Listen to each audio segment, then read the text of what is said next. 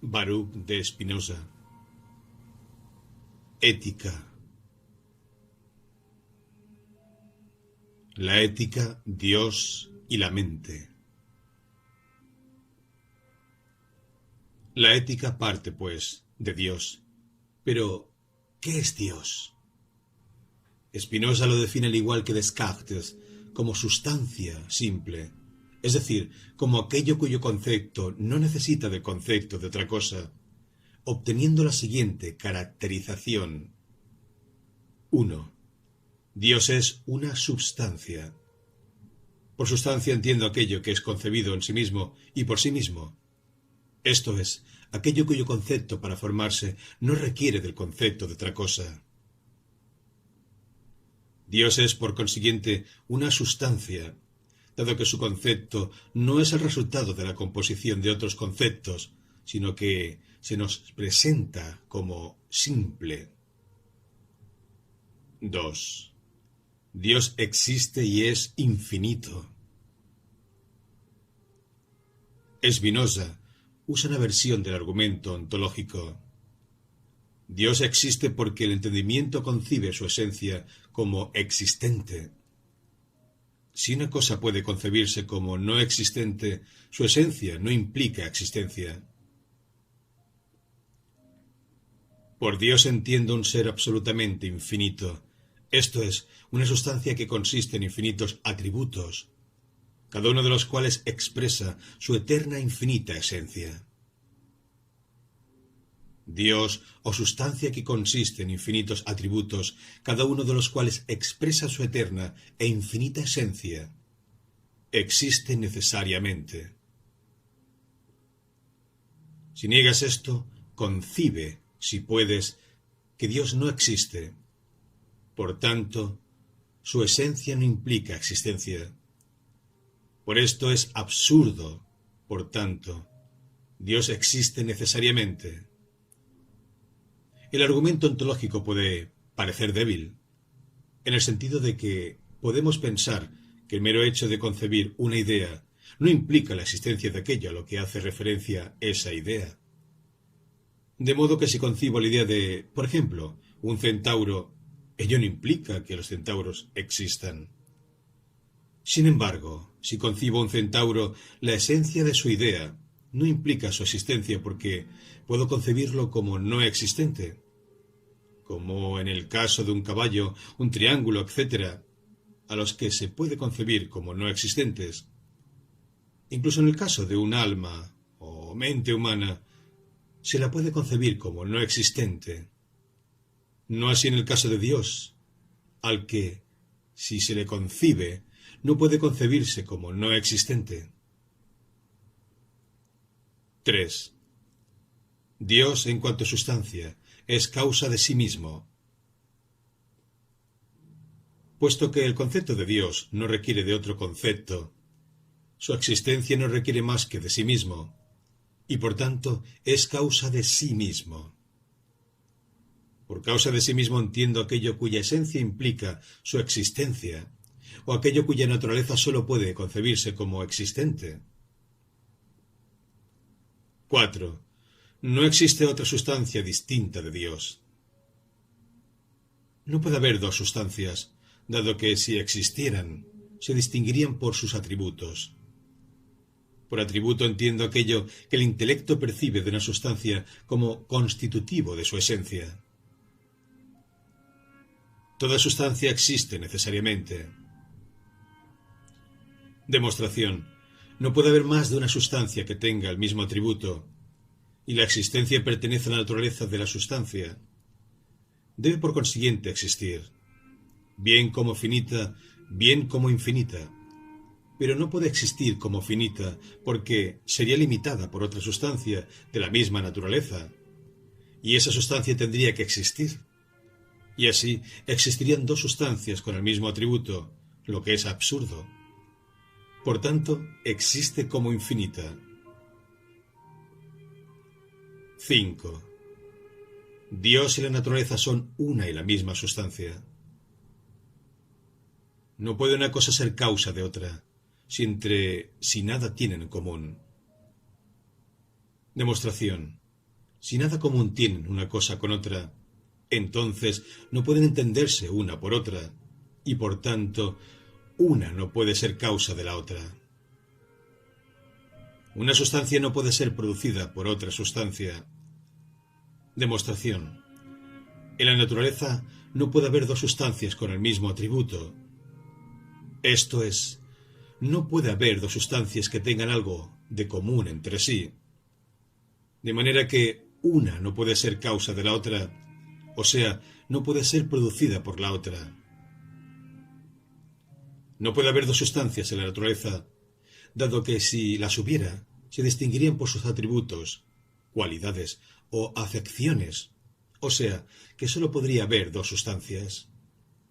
A y B, si los atributos de A fueran distintos de los de B, pero por definición los atributos o cualidades no pueden ser anteriores a la sustancia. Es decir, un atributo y todas sus afecciones requieren de una sustancia para existir. Si no fuera así, atributo y sustancia serían lo mismo. Por lo que no pueden existir dos o más atributos en dos sustancias distintas, por lo que no puede haber más que una sustancia. Puesto que sólo puede haber una sustancia, y por tanto una sustancia no puede ser causa de otra, Dios no es causa de la naturaleza, sino que Dios y la naturaleza son una y la misma cosa, y abarcan la totalidad de lo real, tanto como causa o conjunto de leyes generales, lo que llamó naturaleza naturante, que como efecto de sí mismo, o conjunto de realidades particulares, naturaleza naturada. Es así como el concepto de Dios de Spinoza es radicalmente distinto del que tiene la religión judio-cristiana, mientras que Dios es un ser personal, dotado de voluntad y poder. Para Spinoza, Dios es un ser impersonal, identificable con la naturaleza, esto es, con la totalidad de la realidad. Atributos, modos y afecciones. Dios es una unidad, pero no una unidad homogénea e indiferenciada, sino diferenciada, en la que pueden distinguirse atributos o cualidades, entendidos como los constituyentes de su esencia que se distinguen cualitativamente entre sí. Dichos atributos serían infinitos en número, dado que Dios es infinito. Pero nosotros solo conocemos dos: el pensamiento y la extensión. A su vez, la extensión y el pensamiento se dan en forma diferenciada en lo que se llaman modos, que se definen como... Por modo entiendo las afecciones de una sustancia, o sea, aquello que es en otra cosa, por medio de la cual es también concebido. Así, un cuerpo de una persona, un árbol, una piedra, etc., es un modo de la extensión, esto es, una porción o modificación de la misma. De esta manera, todo ser, al estar en Dios, estaría constituido por modos de todos los atributos que constituyen a Dios, y en particular por extensión y pensamiento. En particular, un ser humano constaría de un modo de atributo de la extensión, que sería su cuerpo, y de un modo del atributo del pensamiento, que sería su mente. Spinoza define la mente como la idea del cuerpo, y al cuerpo como el objeto de la idea de la mente. Esto es así en todas las cosas. Es decir, todas las cosas tienen cuerpo en cuanto modo de la extensión, y también la idea de su cuerpo, como modo de pensamiento. En el ser humano, el cuerpo y la mente serían respectivamente los modos de extensión y pensamiento en que están constituidos. La idea de un cuerpo es tanto más compleja cuanto más complejo es el cuerpo de que es idea. Por ello, a la complejidad del cuerpo humano le corresponde una mente consciente de sí misma, esto es, una idea capaz de albergar otras ideas. A su vez, por último, los cuerpos estarían afectados por afecciones, que serían modificaciones, producidas por cuerpos exteriores, que llevan a estos a una mayor o menor perfección. Por ello, cuando los cuerpos se componen, aumenta su perfección al aumentar su capacidad de preservarse. Un cuerpo se compone con su alimento, de modo que sigue existiendo. O bien disminuyen su perfección al disminuir su capacidad de preservarse cuando se descomponen. Un cuerpo se descompone cuando ingiere un veneno, por ejemplo. Y, como veremos, la mente estaría modificada por afectos que producen alegría cuando aumenta su potencia de preservarse, o tristeza cuando la disminuye. La mente humana no es, pues, un imperio dentro de otro imperio, es decir, una realidad independiente de la naturaleza con sus propias leyes, sino que forma parte de ésta y sigue sus leyes. Del mismo modo que el cuerpo humano está sometido a las leyes de la materia o extensión, la mente humana está sometida a las leyes del pensamiento en cuanto atributo de la naturaleza, de manera que no es el sujeto del pensamiento, sino que el pensamiento, en cuanto cualidad de Dios, le precede. La ética, los afectos, la servidumbre y la libertad humana, el conatus. Después de haber expuesto el marco ontológico en el que el ser humano se desenvuelve, se entra en la ética propiamente dicha, esto es, en el estudio de la conducta humana. El núcleo de esta ética sería la teoría del conatus. Conatus es la palabra latina que significa esfuerzo o impulso. Spinoza considera que la esencia de todo ser consiste en su esfuerzo de perseverar en su ser, siendo el deseo, en el caso del ser humano, la conciencia de este esfuerzo. Dado que todo esfuerzo en cuanto fuerza no puede existir solo, sino en relación con otras fuerzas opuestas, Spinoza concibe al ser humano como consciente en una relación de fuerzas opuestas, es decir, como una lucha entre su impulso voluntad de seguir existiendo, su conatus, y el resto de fuerzas de la naturaleza que se le oponen. Mientras que tanto para la metafísica escolástica como para Descartes, el ser humano es una sustancia, para Spinoza no lo es, sino que un individuo humano no es más que un cuerpo, un modo de la extensión, con una determinada proporción de movimiento y reposo, así como la idea de ese cuerpo que sería su mente, como modo del pensamiento. Es decir, que un ser humano se concibe como un conjunto de movimientos y un conjunto de ideas que se esfuerzan para perseverar en su ser, para seguir existiendo, estando, dada su unidad, por una determinada proporción de movimiento y reposo. Por consiguiente, la muerte le sucede cuando encuentra una fuerza superior a él que se le opone, como una enfermedad o accidente. En Ética demostrada según el orden geométrico, dice lo siguiente: el alma, ya en cuanto tiene ideas claras y distintas, ya en cuanto las tiene confusas, se esfuerza por perseverar en su ser con una duración indefinida, y es consciente de ese esfuerzo suyo. Puesto que la esencia de todo ser humano es el deseo o esfuerzo consciente de perseverar en su ser, la finalidad de la ética sería, pues, la de aumentar la potencia de dicho esfuerzo, estando afectado éste por dos tipos de comportamientos, acciones y pasiones. Una acción se diferencia de una pasión por el tipo de las ideas que la origina. La mente puede tener dos tipos de ideas, adecuadas e inadecuadas.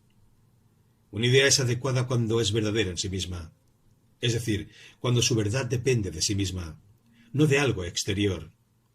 Y una idea es inadecuada cuando es causada por algo exterior y se presenta mutilada, y por tanto no es verdadera. Pues bien, se llama acción a aquella conducta cuya única causa es una idea adecuada.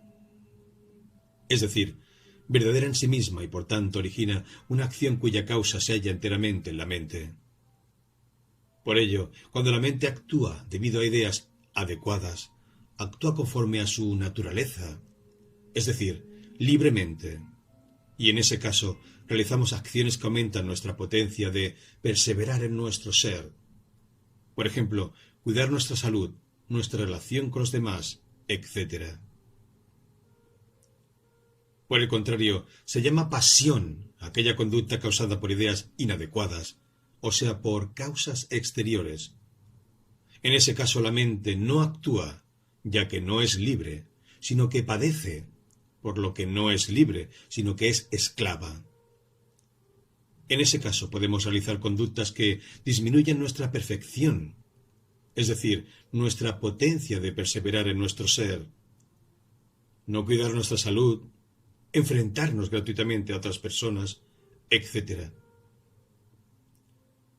Dada la limitación del cuerpo humano, éste necesariamente tiene ideas inadecuadas y por tanto experimenta pasiones, dado que para que no fuera así, tendría que actuar siempre por ideas adecuadas, cosa que sólo puede hacer Dios al ser infinito. Así, nuestras acciones aumentarán siempre nuestra potencia de perseverar en nuestro ser, mientras que nuestras pasiones pueden tener dos efectos: o bien aumentar nuestra potencia de perseverar en nuestro ser, o bien disminuirla. Spinoza llamará el aumento de potencia pasar a una mayor perfección, y la disminución pasar a una menor perfección. La alegría es el sentimiento del paso a una potencia mayor, y la tristeza a una potencia menor. Por tanto, el ser humano amará aquello que le alegre, y odiará aquello que le entristezca, de manera que el amor se definirá como la alegría asociada a la idea de una cosa exterior que aumente nuestra potencia de existir, y el odio como la tristeza asociada a una cosa exterior que disminuya tal potencia. De ahí surgirán todos los demás sentimientos asociados a la alegría y a la tristeza en relación con objetos exteriores, tales como la simpatía y la antipatía, la esperanza y el miedo, etc. Ahora bien, ¿cuáles son las cosas exteriores que más nos afectan? Obviamente, los otros seres humanos. Puesto que la potencia y las causas de la alegría y tristeza de los demás seres humanos son semejantes a las nuestras, amaremos y daremos con más intensidad a los demás seres humanos en la medida en que nosotros, al desear las mismas cosas de ellos, o bien nos ayudarán en nuestras acciones o bien las interferirán. Es por ello por lo que interactuamos más con los otros seres humanos que con otras cosas, y es por ello por lo que los limitamos, envidiamos, etc. En Ética demostrada según el orden geométrico, dice lo siguiente: nada puede concordar mejor con la naturaleza de una cosa que los demás individuos de su especie. Por tanto, nada hay que sea más útil al hombre, en orden a la conservación de su ser y de una vida racional, que un hombre que se guíe por la razón. Además, dado que entre las cosas singulares no conocemos nada más excelente que un hombre guiado por la razón, nadie puede probar cuánto vale su habilidad y talento mejor que educando a los hombres de tal modo que acaben por vivir bajo el imperio de la razón. En esto Spinoza se separa tanto de Hobbes como de Rousseau. Para Spinoza, el hombre no es ni bueno ni malo, ni libre ni esclavo, ni enemigo ni amigo de los demás hombres por naturaleza. Del mismo modo que no existe nada ni bueno ni malo absolutamente. Los seres humanos sencillamente pueden interactuar entre sí, o bien para aumentar su capacidad de seguir existiendo, en cuyo caso serán amigos y se amarán, o bien para disminuirla, en cuyo caso serían enemigos y se odiarán. De esta anatomía de los afectos, Spinoza saca algunas conclusiones tales como: la alegría, el amor y el deseo son siempre buenos y nunca pueden darse con exceso. La tristeza, el odio, el arrepentimiento y la piedad son siempre malos. El pensamiento de todo lo que cause tristeza es malo, dado que disminuye nuestra potencia, como por ejemplo el pensamiento en la muerte.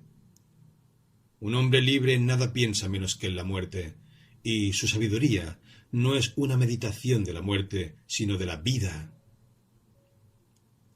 El pensamiento de todo lo que causa alegría es bueno. El bien y el mal no son algo absoluto, sino relativo a nuestra potencia de perseverar en nuestro ser.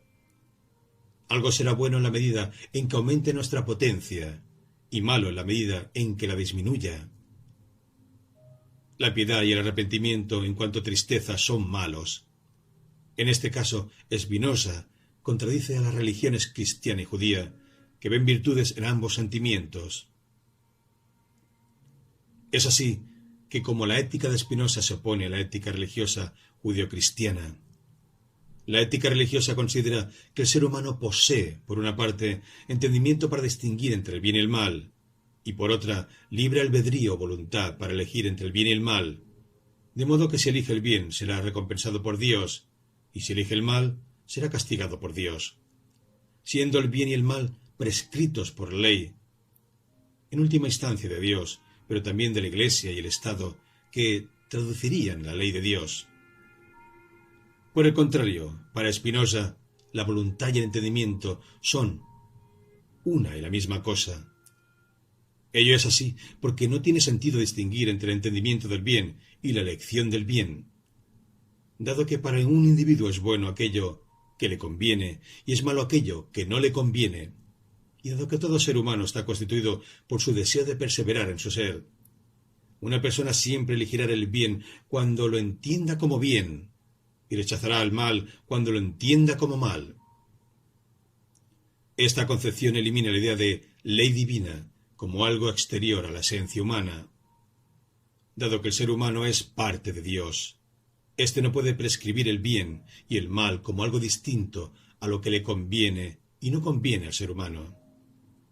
Dicho de otro modo, no tiene sentido que Dios premie o castigue como un juez a los seres humanos si éstos forman parte de Dios. Es el ser humano mismo quien, cuando actúa sin conocer aquello que es bueno para él, se castiga a sí mismo, y quien al conocer lo que es bueno para él, se premia a sí mismo. En Ética demostrada según el orden geométrico, dice lo siguiente: cada cual apetece o aborrece necesariamente, en virtud de las leyes de su naturaleza, lo que juzga bueno o malo. Demostración: el conocimiento del bien y del mal es el afecto mismo de la alegría o de la tristeza, en cuanto somos conscientes de él, y por ende, cada cual apetece necesariamente lo que juzga bueno, y al contrario, aborrece necesariamente lo que juzga malo. Ahora bien, ese apetito no es otra cosa que la esencia o naturaleza misma del hombre. Por consiguiente, cada cual apetece o aborrece necesariamente en virtud de las solas leyes de su naturaleza, etc.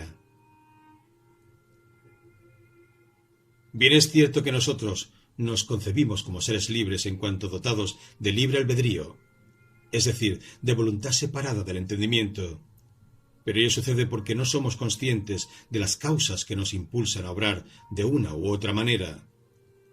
Nuestro libre albedrío no es más que una apariencia que es causada por la finitud de nuestro entendimiento.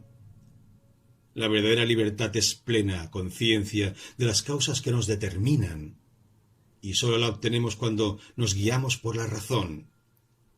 En ese caso, nuestra libertad sería el conocimiento de la necesidad.